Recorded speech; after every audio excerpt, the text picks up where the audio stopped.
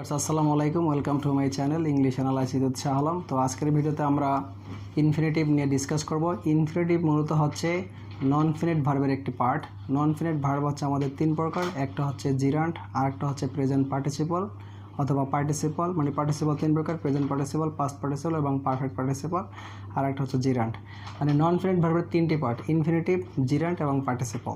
তো ইনফিনিটিভ হচ্ছে নন ফিনিট ভার্বের একটি পার্ট। এখন ইনফিনিটিভ বলতে কী বোঝায়? ইনফিনিটিভ বলতে জেনারেলি ভাবে বোঝায় টু প্লাস ভার্বের বেস ফর্ম, মানে টু এর পরে একটি ভার্ব থাকবে, তাকে বলা হচ্ছে ইনফিনিটিভ। আর একটা হচ্ছে আমাদের বেয়ার ইনফিনিটিভ, যেখানে কী থাকবে? টু উজ্জু থাকবে। আর আমাদের পরীক্ষাতে সবচেয়ে বেশি যে ফ্যাক্ট সমস্যা হয়ে দাঁড়ায় সেটা হচ্ছে এই যে bare infinitive omission of to, মানে যেখানে কী থাকবে? আমাদের টু উজ্জু থাকবে, ঠিক আছে? যেরকম আমি যদি বলি যে I want to go to Dhaka, তাহলে এখানে টু গোটা হচ্ছে আমাদের ইনফিনিটিভ, কারণ এখানে টু প্লাস ভার্ব ওয়ান আছে, ঠিক আছে? কিন্তু যদি আমি এভাবে লিখি যে I can go to Dhaka, তাহলে এখানে টু গো হওয়া উচিত ছিল, কিন্তু এখানে ক্যানের পরে গো ডিরেক্টলি চলে আসে, টু আছে উজ্জ্ব, ঠিক আছে? এটাকে বলা হচ্ছে বেয়ার ইনফিনিটিভ। তো আমরা শুধু বেয়ার ইনফিনিটিভ এবং টু ইনফিনিটিভ এই বিষয়টাই জানি, কিন্তু আমাদের যে বিষয়টা জানতে হবে যে ইনফিনিটিভের কী আছে, আরও প্রকারভেদ আছে, ঠিক আছে? যেরকমভাবে তার মধ্যে সবচেয়ে কমন এবং কিছু প্রকারভেদের মধ্যে আমি এগুলো রিসার্চ করে পাইলাম ইংলিশ গ্রামার, বিভিন্ন ধরনের বই, ইন্টারনেট ওয়েবসাইট থেকে। যেরকমভাবে সিম্পল বা নাউন ইনফিনিটিভ, জিরান্ডিয়াল বা qualifying infinitive, continuous infinitive, perfect continuous infinitive, তারপর হচ্ছে পারফেক্ট ইনফিনিটিভ, স্প্লিট ইনফিনিটিভ এবং বেয়ার ইনফিনিটিভ বা অমিশন অফ ইনফিনিটিভ। তাহলে আমরা যেটা জানি যে টু প্লাস ভার্ব এটা হচ্ছে একটা ইনফিনিটিভ, আর যেখানে ইনফিনিটিভ থাকবে না সেটা হচ্ছে আমাদের বেয়ার ইনফিনিটিভ। তারপরে কিন্তু আমাদের কিছু ইনফিনিটিভ আছে যেখানে ইনফিনিটিভ বলতে আইএনজিও আসতে পারে, ঠিক আছে? ওকে, আমরা একটা একটা করে এক্সাম্পল দেখার চেষ্টা করব। আমরা সর্বপ্রথম সিম্পল এবং নাউন ইনফিনিটিভের ব্যবহারটা দেখব। এটা বিশাল একটা ব্যবহার, এই জন্য আমি এটাকে রেখে যেগুলো ছোট এবং সিম্পল ব্যবহার সেগুলো দেখানোর চেষ্টা করতেছি। যে জিরান্ডিয়াল এবং কোয়ালিফাইং ইনফিনিটিভ আর সিম্পল ইনফিনিটিভ, এই দুটাকে আমি পরে দেখাচ্ছি, ঠিক আছে? তো সর্বপ্রথম আমি দেখাচ্ছি কন্টিনিউয়াস ইনফিনিটিভ। কন্টিনিউয়াস ইনফিনিটিভ মানে হচ্ছে এরকমভাবে যে আপনার টু থাকবে, তারপরে বি থাকবে, তারপরে ভার্বের সাথে কি থাকবে? আইএনজি ফর্ম থাকবে, ঠিক আছে? এটা হচ্ছে আমাদের কন্টিনিউয়াস ইনফিনিটিভ। মানে এরকম থাকবে টু বি কলিং। এবং একটা জিনিস মাথায় রাখতে হবে, প্রত্যেকটা ইনফিনিটিভের কিন্তু অ্যাক্টিভ এবং প্যাসিভ সেন্স আছে, ঠিক আছে? তাহলে টু বি কলিং এটা হচ্ছে আমাদের কন্টিনিউয়াস ইনফিনিটিভ। মূলত টু বি হচ্ছে আমাদের ইনফিনিটিভ, এর সাথে আইএনজি চলে আসছে কলিং, এটা হচ্ছে আমাদের কন্টিনিউয়াস ইনফিনিটিভ। এখন যদি আমরা এটাকে প্যাসিভ করি তাহলে হবে টু বি বিইআইএনজি, বিইং কল্ড, ঠিক আছে? আই থিঙ্ক ব্যাপারটা আমি বোঝাতে পারছি। যখন হবে টু বি কলিং এটা হচ্ছে আমাদের কন্টিনিউয়াস ইনফিনিটিভ, আর যখন টু বি বিইং কল্ড হবে তখন এটা হচ্ছে আমাদের কন্টিনিউয়াস ইনফিনিটিভের প্যাসিভ সেন্স, ঠিক আছে? তো এটা ছিল আমাদের কন্টিনিউয়াস ইনফিনিটিভ। তারপরে যদি আমরা একটু দেখি যে পারফেক্ট কন্টিনিউয়াস ইনফিনিটিভ, ঠিক আছে? তাহলে আমাদের প্রথমে পারফেক্ট কন্টিনিউয়াস টেন্সে যেতে হবে। সেখানে এরকম থাকবে টু হ্যাভ বিন কলিং, ঠিক আছে? এটা হচ্ছে আমাদের পারফেক্ট, মানে পারফেক্ট টেন্স, ঠিক আছে? পারফেক্ট টেন্সের ইনফিনিটিভ আছে টু হ্যাভ বিন কলিং। এখন হ্যাভ বিনের পরে ভার্বের সাথে সবসময় কী হয়? আইএনজি হয়। এটা হচ্ছে অ্যাক্টিভ সেন্স, ঠিক আছে? এবং এই সেন্সটার নাম আছে পারফেক্ট কন্টিনিউয়াস ইনফিনিটিভ, ঠিক আছে? এখন যদি আমরা এটাকে প্যাসিভ করি তাহলে আমাদের লিখতে হবে এরকমভাবে to have been being called. এটা হচ্ছে আমাদের পারফেক্ট কন্টিনিউয়াস ইনফিনিটিভ। মানে প্রত্যেকটা টেন্সের কিন্তু পারফেক্ট কন্টিনিউয়াস টেন্স থাকে। 4 নম্বরের টেন্সটা আমাদের present perfect continuous, past perfect continuous, future perfect continuous. তাহলে এটা হবে টু হ্যাভ বিন কলিং, এটা হচ্ছে আমাদের পারফেক্ট কন্টিনিউয়াস টেন্স। এটার ইনফিনিটিভ সেন্সটা হবে to have been being called, ইনফিনিটিভের প্যাসিভ সেন্স, ঠিক আছে? ওকে, তারপরেটা হচ্ছে আমাদের পারফেক্ট ইনফিনিটিভ। কন্টিনিউয়াস থাকবে না, শুধু পারফেক্ট ইনফিনিটিভ। যেরকমভাবে টু হ্যাভ কল্ড, এটা হচ্ছে আমাদের পারফেক্ট ইনফিনিটিভ। হ্যাভের পরে ভার্বের ভিতরে ফর্ম থাকে, দ্যাটস মিন এটা একটা পারফেক্ট টেন্স। তাহলে টু হ্যাভ কল্ড, এটাকে যদি আমরা প্যাসিভ করি তাহলে হবে to have been called.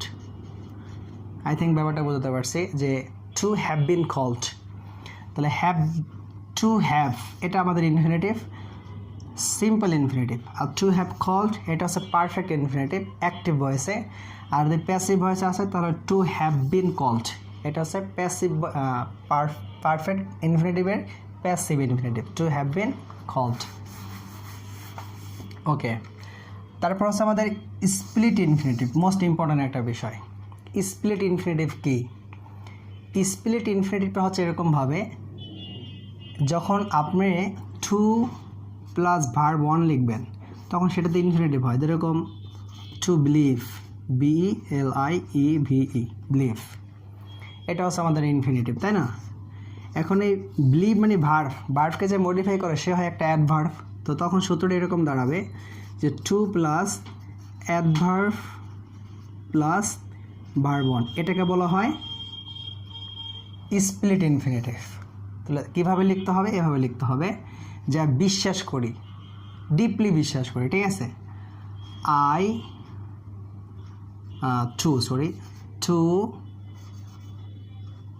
Two deeply believe, BELIEVE, believe, গভীরভাবে বিশ্বাস করা, ঠিক আছে? তাহলে এখানে টু বিলিভ এটা হচ্ছে আমাদের ইনফিনিটিভ। আর যখন আপনি কোনো ইনফিনিটিভের এরকম টু এবং ভার্ব ওয়ান এর মাঝে যখন আমাদের অ্যাডভার্ব চলে আসবে সেটাকে বলা হচ্ছে স্প্লিট ইনফিনিটিভ। স্প্লিট ইনফিনিটিভ মানে হচ্ছে টু প্লাস ভার্ব ওয়ানের মাঝে কী থাকবে? একটি অ্যাডভার্ব থাকবে। আশা করি ব্যাপারটা বুঝতে পারছি। ওকে, তারপর হচ্ছে আমাদের বেয়ার ইনফিনিটিভ অথবা ওমিশন অফ টু, যেখানে কি থাকবে? টু উজ্জ্ব থাকবে, ঠিক আছে? আমি এটা সবার শেষে দেখাবো বেয়ার ইনফিনিটিভটা। তার আগে আমি সিম্পল ইনফিনিটিভটা একটু দেখানোর চেষ্টা করতেছি। ওকে, আমাদের এই সিম্পল ইনফিনিটিভটাকে আমরা অনেকভাবে ব্যবহার করতে পারি। সিম্পল ইনফিনিটিভ মানে হচ্ছে আপনার টু প্লাস ভার্ব ওয়ান, এটাকে বলা হচ্ছে সিম্পল ইনফিনিটিভ, ঠিক আছে? তো এই সিম্পল ইনফিনিটিভ সেন্টেন্সে নাউন হতে পারে, সাবজেক্ট হতে পারে, অবজেক্ট হতে পারে, কমপ্লিমেন্ট হতে পারে। এরকম 5 থেকে 6টি ফ্যাক্ট আমি দেখাবো যে সিম্পল ইনফিনিটিভ আপনার কী কী হতে পারে। তো আমরা একটু দেখি যে সিম্পল ইনফিনিটিভ আমাদের সেন্টেন্সের সাবজেক্ট হতে পারে, সেন্টেন্সের অবজেক্ট হতে পারে, সেন্টেন্সে ভার্বের কমপ্লিমেন্ট হতে পারে, তারপরে সেন্টেন্সে প্রিপজিশনের অবজেক্ট হতে পারে, তারপরে 5 নম্বরে হচ্ছে আপনার 5 নম্বরে যে ফ্যাক্টটা আমাদের ব্যবহার হবে এই ইনফিনিটিভের ক্ষেত্রে সেটা হচ্ছে এরকমভাবে যে আবেগ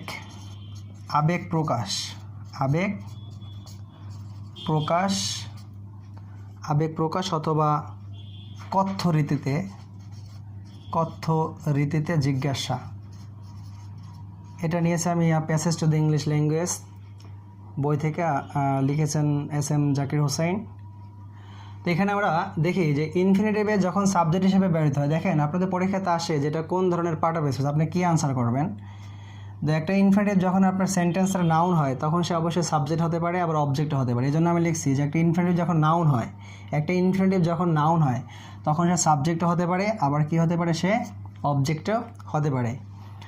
তো আমি যদি বলি যে আই লাইক টু ইট, তা দেখেন আমি যদি প্রশ্ন করি আমি কি খেতে পছন্দ করি বা আমি কি পছন্দ করি, আই লাইক টু ইট, এই টু ইট মানে কি? খেতে, তাই না?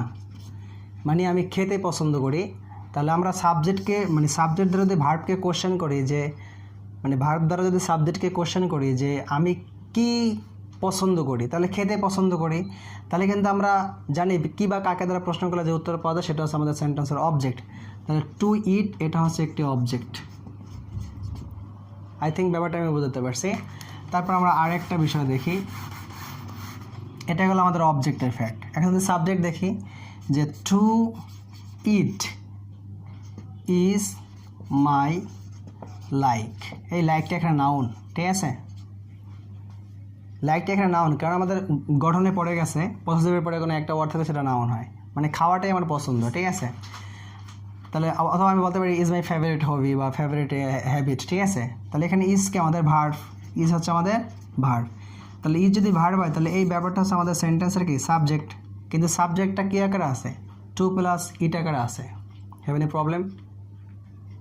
Problem? Okay, to plus it আকারে আছে, তাহলে এটা হচ্ছে কি আমাদের সাবজেক্ট। সাবজেক্টটা আছে আমাদের ইনফিনিটিভ আকারে। তাহলে ইজের আগে যদি কোনো পার্ট থাকে মানে ভার্বের আগে, সেটা হয় সাবজেক্ট, আর সাবজেক্ট হয় কোনো নাউন বা প্রোনাউন, তাহলে এখানে টু ইটটাকে একটি নাউন, ক্রিয়ার নাম প্রকাশ করছে, ঠিক আছে? ব্যাপারটা এরকম হবে। আমরা একটা ওয়ার্ডের সাথে খুবই পরিচিত এরকম হবে যে to walk is a good habit in the morning, ঠিক আছে? তাহলে এখানে ইজ কি ভার্ব, তাহলে টু ওয়াকটা কি সেন্টেন্স সাবজেক্ট হয় কি নাউন বা প্রোনাউন, কারণ নাউন বা প্রোনাউন তো কেউ কাজ করতে পারে না। তাহলে এখানে টু ওয়াকটা হচ্ছে একটি সাবজেক্ট, সেই সেন্স থেকে এটা হচ্ছে একটা নাউন, ক্রিয়ার নাম। আই থিঙ্ক ব্যাপারটা আমি বুঝতে পারছি যে সাবজেক্ট বা অবজেক্ট হিসেবে আমাদের কি সিম্পল ইনফিনিটিভ ব্যবহার হতে পারে, ঠিক আছে? তারপর হচ্ছে আমাদের ভার্বের কমপ্লিমেন্ট হিসাবে, যেরকমভাবে হি অ্যাপিয়ার্স টু কিল হিম, ঠিক আছে? মনে হয় সে তাকে খুন করেছে, ব্যাপারটা এরকম, হ্যাঁ? তাহলে এখানে অ্যাপিয়ার্স হচ্ছে আমাদের লিঙ্কিং ভার্ব, ঠিক আছে? আর টু কিল হচ্ছে এই ভার্বের একটা কমপ্লিমেন্ট, যদি আপনি পরীক্ষাতে আসে এটা কোন ধরনের পার্ট অফ স্পিচ, ঠিক আছে? তাহলে কমপ্লিমেন্ট হয় কি কোনো নাউন বা কোনো ভার্ব অথবা কোনো অ্যাডজেক্টিভ অথবা কোনো অ্যাডভার্ব, ঠিক আছে? যদি এখানে অ্যাপিয়ার্স হচ্ছে একটা লিঙ্কিং ভার্ব, তাহলে এটা হবে একটি অ্যাডজেক্টিভ, ঠিক আছে? লিঙ্কিং ভার্বের পরে ডিরেক্টলি অ্যাডজেক্টিভ থাকে, অ্যাপিয়ার্সের পরে ডিরেক্টলি অ্যাডজেক্টিভ হয়। ওকে, এটা হচ্ছে ভার্বের কমপ্লিমেন্ট, ঠিক আছে? আর একটা ভার্বের কমপ্লিমেন্ট এক্সাম্পল দিই যে I am to do it, এটা আমার করতে হয়। তাহলে এখানে টু ডু হচ্ছে এম এর জন্য কমপ্লিমেন্ট, ঠিক আছে? তাহলে টু ডু হচ্ছে কি আমাদের একটা কমপ্লিমেন্ট, এটা হচ্ছে আমাদের ভার্বের কমপ্লিমেন্ট। ওকে, তারপর আমরা দেখি প্রিপজিশনাল অবজেক্ট হিসেবে। প্রিপজিশনাল অবজেক্ট বলতে আমরা কি বুঝি? প্রিপজিশনাল অবজেক্ট বলতে আমরা এভাবে বুঝতে পারি যে মানুষ জন্মগ্রহণ করছে, একদিন মারা যাবে, তাই না? তাহলে the man was to know about, was কেন হবে, sorry, is to know about, ABOUT, about to die, ঠিক আছে? এখানে অ্যাবাউট নিজে একটা প্রিপজিশন, অ্যাবাউট নিজেকে একটা প্রিপজিশন। তারপরে কী ব্যবহার হলো? টু ডাই ব্যবহার হলো। টু ডাই একটা ইনফিনিটিভ না, তাহলে টু প্লাস ভার্ব মানে হচ্ছে আপনার সিম্পল বা নাউন ইনফিনিটিভ। এখানে টু ডাইটা হচ্ছে একটি সেন্টেন্সের এই অ্যাবাউট প্রিপজিশনের কি একটা কমপ্লিমেন্ট বা প্রিপজিশনাল অবজেক্ট, ঠিক আছে? এই অ্যাবাউট প্রিপজিশনাল অবজেক্ট, তাহলে এটাকে আপনি নাউন বলতে পারেন, কারণ প্রিপজিশনের পরে কী থাকে? নাউন থাকে। দেখেন অ্যাবাউট, তারপরে টু, তারপরে ডাই, এরকম কি হয় যে অ্যাবাউট একটা প্রিপজিশন, তারপরে টু একটা প্রিপজিশন, পাশাপাশি দুটি প্রিপজিশন, এরকম তো হচ্ছে না ব্যাপারটা। তাহলে এখানে টু ডাইটাকে আপনি একত্রে নিতে হবে ফ্রেজাল হিসাবে, তাহলে কিন্তু হবে না, ফ্রেজাল হিসাবে নেওয়া যাবে না, কারণ টু ডাই কখনো ফ্রেজ হয় না। ইনফিনিটিভ ফ্রেজ তখনই হবে যখন টু প্লাস ভার্ব ওয়ানের সাথে সামথিং কিছু থাকবে। তাহলে টু ডাইটা হচ্ছে অ্যাবাউট প্রিপজিশনের একটা অবজেক্ট। ওকে, এটা গেলো প্রিপজিশনের অবজেক্ট হিসাবে। তারপর হচ্ছে আমাদের আবেগ প্রকাশ বা কথ্যরীতিতে জিজ্ঞাসা করার জন্য আমরা কী করতে পারি? এই যে সিম্পল ইনফিনিটিভ বা নাউন ইনফিনিটিভ মানে ইউজ করতে পারি এরকমভাবে যে to live with his in this room, এখানে আমরা প্রশ্ন ইউজ করতে পারি মানে জোর প্রকাশ করার জন্য, ঠিক আছে? যে তার সাথে আমার বসবাস করতে হবে রুমের মধ্যে, ঠিক আছে? তাহলে এখানে টু লিভটা হচ্ছে কি আমাদের একটা ইনফিনিটিভ, যেতে এরপরে উইথ দিয়ে সেন্টেন্সটাকে এখানে ক্লোজ করে দিচ্ছে, তাহলে এটা একটা নাউন, ক্রিয়ার নাম প্রকাশ করবে। তো এটা ছিল আমাদের। আর আমি আরেকটা এক্সাম্পল এরকমভাবে যে টু হ্যাভ মাচ মানি, অনেক টাকা প্রয়োজন, ঠিক আছে? তাহলে এখানে হ্যাভকে ভার্ব ওয়ান, টু হচ্ছে ইনফিনিটিভ, টু প্রিপজিশন, তাহলে to plus verb one equal to infinitive. এটা ছিল আমাদের সিম্পল অথবা নাউন ইনফিনিটিভের 5টি কারণ, ঠিক আছে? আমরা তো একটু 6 নম্বর কাউন্টার দেখি যে অবজেক্ট কমপ্লিমেন্ট হিসেবে আমাদের কি সিম্পল বা নাউন ইনফিনিটিভ বসতে পারে। আমরা দেখছিলাম প্রিপোজিশন অবজেক্ট হিসাবে, ভার্বের কমপ্লিমেন্ট হিসাবে, এবার দেখবো অবজেক্ট কমপ্লিমেন্ট হিসাবে। ব্যাপারটা এরকম হবে যে my father dreams to me two succeed, SUCCED। এখানে আমি নাউন আকারে লিখতে পারতাম, কিন্তু আমি ইনফিনিটিভ আকারে লিখছি। তাহলে সাকসিড হচ্ছে ভার্ব, টু সাকসিডটা মিকে বলতেছে, তাহলে মি হচ্ছে কি ড্রিমস টু হবে না, ড্রিমস মি, ঠিক আছে, সরি ড্রিমস টু মি। তাহলে এখানে মিটা অবজেক্ট, আমরা অন্য একটা ভার্ব বসাই যেখানে মিকে আমরা অবজেক্ট বানাতে পারবো, যে মাই ফাদার থট, ঠিক আছে, my father thought me to succeed. তাহলে এখানে মি হচ্ছে অবজেক্ট থট ভার্বের, আর যদি অবজেক্ট সম্পর্কে টু সাকসিড বলা হচ্ছে, ঠিক আছে, যে আমার সফলতা নিয়ে, তাহলে এটা হচ্ছে মি ভার্বের জন্য, মি অবজেক্টের জন্য একটা কি কমপ্লিমেন্ট। আমরা অবজেক্টিভ কমপ্লিমেন্টে বা কমপ্লিমেন্ট ভিডিওর মধ্যে এই ডিসকাশনটা আছে যে আপনি অবজেক্ট কমপ্লিমেন্ট কীভাবে বুঝতে পারবেন, যখন সেন্টেন্সের ভার্বের অবজেক্টকে পরবর্তী অংশটা কী করবেন নির্দেশ করবে, সেটা নাউন আকারে হোক অথবা অ্যাডজেক্টিভ আকারে হোক অথবা অ্যাডভার্ব আকারে হোক, ঠিক আছে, সেটা হবে অবজেক্ট কমপ্লিমেন্ট। অবশ্যই অ্যাডভার্ব আকারে হয় না, কারণ অ্যাডভার্ব সবসময় ভার্বকে মডিফাই করে। ওকে, এটা ছিল আমাদের সিম্পল বা নাউন ইনফিনিটিভের ব্যবহার। তারপর আমরা যেটা দেখবো সেটা হচ্ছে জিরান্ডিয়াল বা কোয়ালিফাইং ইনফিনিটিভ। অ্যাকচুয়ালি জিরান্ডিয়াল বা কোয়ালিফাইং ইনফিনিটিভটা আমাদের যে অর্থে ব্যবহৃত হয় সেটা হচ্ছে যে সাধারণত কোনো কারণ বা কেন, কিসের জন্য, ঠিক আছে, এগুলো অর্থে এই জিরান্ডিয়াল বা কোয়ালিফাইং ইনফিনিটিভ ব্যবহৃত হয়। মানে যখন কোনো ইনফিনিটিভ সেন্টেন্সের ভার্বকে বা কোনো নাউনকে মডিফাই করবে, ঠিক আছে, তখন সেটাকে বলবো আমরা জিরান্ডিয়াল বা কোয়ালিফাইং ইনফিনিটিভ। দেখেন আমি এখানে একটা সেন্টেন্স লিখি যে এরকমভাবে, ধরেন প্রথমটা হচ্ছে আমাদের পারপাস প্রকাশ করতে পারে, ঠিক আছে, উদ্দেশ্য, যে দিস ইজ আ কাউ, ঠিক আছে, টু গিভ মিল্ক। তাহলে এখানে টু গিভ কাউকে মডিফাই করতেছে, ঠিক আছে, তাহলে এই টু গিভটাকে ভার্ব আকারে আছে না, যেহেতু নাউনকে মডিফাই করতেছে তাহলে এটা হচ্ছে কি আমাদের একটি অ্যাডজেক্টিভ, ঠিক আছে। তো এটা হচ্ছে আমাদের জিরান্ডিয়াল বা কোয়ালিফাইং ইনফিনিটিভ, ঠিক আছে। আমরা আরেকটা এক্সাম্পল একটু দেখি।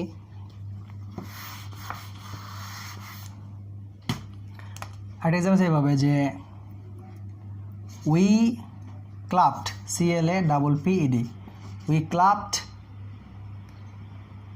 Two see his good performance, ঠিক আছে, গুড পারফরম্যান্স। ওকে, তাহলে এখানে টু সি, এটা কিন্তু টু প্লাস ভার্ব ওয়ান। এখন টু সি কাকে মডিফাই করতেছে, সেন্টেন্সের ক্লাবড ভার্বকে মডিফাই করতেছে। তাহলে যে ভার্বকে মডিফাই করে সে হয় কি অ্যাডভার্ব। ক্লাবড টু সি, হাততালি দিয়েছিলাম দেখে, ঠিক আছে, তাহলে অ্যাডভার্ব, এটা হচ্ছে অ্যাডভার্ব। তাহলে জিরান্ডিয়াল বা কোয়ালিফাইং ইনফিনিটিভ বলতে বোঝাচ্ছে যখন এই ইনফিনিটিভটি সেন্টেন্সের ভার্বকে বা নাউনকে মডিফাই করবে, ঠিক আছে, তখন তাকে বলা হবে জিরান্ডিয়াল বা কোয়ালিফাইং ইনফিনিটিভ, ঠিক আছে। যেরকমভাবে আমি একটা সেন্টেন্স এভাবে যদি লিখি যে হি স্টাডিড হার্ড টু পাস, ঠিক আছে, তা দেখেন পড়তেছে পাস করার জন্য, তাই না, বা পড়েছিল, তাহলে স্টাডিড ভার্বকে টু পাস কী করছে, মডিফাই করছে না, স্টাডিড ভার্বকে টু পাস মডিফাই করছে। তাহলে টু পাসটাকে আপনি ইনফিনিটিভ বলবেন যদি আপনাকে বলে কোন ধরনের পার্ট অফ স্পেস, তাকে এটা বলতে হবে একটা অ্যাডভার্ব, ঠিক আছে। আমরা তো আরেকটা এক্সাম্পল দেখি এভাবে, প্যারেন্থেটিক্যালি মনে করেন এটা ব্যবহার হতে পারে, প্যারেন্থেটিক্যালি, ঠিক আছে, মানে একটা ফ্রেজের সাথে এটা ব্যবহৃত হবে কত প্রকাশ করার জন্য, ভাষা প্রকাশ করার জন্য। এরকমভাবে যে to speak the truth you will be a good person to man, মানুষের কাছে একজন ভালো ব্যক্তি হবে, ঠিক আছে, টু স্পিক দ্য ট্রুথ, সত্য কথা বলার মাধ্যমে। তাহলে এখানে টু স্পিকটা হচ্ছে কি আমাদের একটা ইনফিনিটিভ। দেখেন কাকে মডিফাই করতেছে, দ্য ট্রুথ নাউনকে মডিফাই করতেছে, তাহলে এটা কিন্তু এই মুহূর্তে একটা অ্যাডজেক্টিভ। তাহলে এটা হচ্ছে আমাদের জিরান্ডিয়াল বা কোয়ালিফাইং ইনফিনিটিভ, ঠিক আছে। ওকে, এটা ছিল আমাদের জিরান্ডিয়াল বা কোয়ালিফাইং ইনফিনিটিভ। আর একটা বাকি ছিল আমাদের বেয়ার ইনফিনিটিভ। নেক্সট ভিডিওতে আমি বেয়ার ইনফিনিটিভটি কমপ্লিট করার চেষ্টা করব। Thank you for watching my video.